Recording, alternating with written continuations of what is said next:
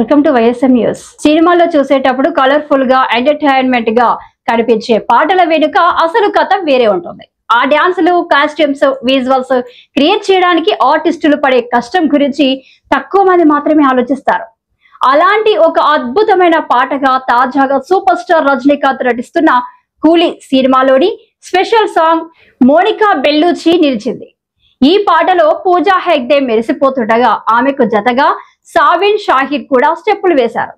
ఇప్పటికే పాటకు తెలుగు, తమిళ, హిందీ భాషలో 20 మిలియన్లకు పైగా వ్యూస్ రావడంతో సోషల్ మీడియాను ఊపేస్తుంది. ఈ పాటకు వస్తున్న విశేషణ స్పందనపై పూజా హెగ్డే తన సోషల్ మీడియా ఖాతాలో భావోద్వేగంతో కూడిన పోస్ట్ పెట్టింది. ఈ పాట తన కెరియర్ లో ఫిజికల్ గా చాలా కష్టపడ్డ పాట అని చెప్పిన పూజ కాలు బెనికిన తర్వాత చేసిన ఫస్ట్ సాంగ్ ఇదే అని పేర్కొన్నారు. తీవ్రమైన ఎండ, వేడి, దుమ్ము మధ్య ఈ పాటను షూట్ చేయాల్సి వచ్చిందని, అయినా ఆ కష్టాలు ప్రేక్షకులకు కనిపించకుండా గ్లామర్ ను మాత్రమే పంచేందుకు తను తన శక్తి మేర కృషి చేసినట్టు తెలిపారు. ఈ పాటను శివరాత్రి రోజున షూట్ చేసినట్టు పేర్కొంది. ఆ రోజు తను ఉపవాసంగా ఉన్నప్పటికీ ఎటువంటి వెనుకడుగు వేయకుండా పూర్తి డెడికేషన్ తో పనిచేసినట్లు పూజ తెలిపారు. ఈ పాటకు నా బెస్ట్ ఇచ్చాను, థియేటర్ లో ఈ పాట వస్తే అందరూ స్టెప్పులు వేస్తారు అంటూ అభిమానులను ప్రోత్సాహపరిచారు. పూజా హెగ్డే నటన, డాన్స్, స్క్రీన్ ప్రెజెన్స్ తో పాటు పాటకి ఉన్న బీట్స్ ఈ పాటను మాస్ సాంగ్ గా మార్చాయి. యువత మాత్రమే కాకుండా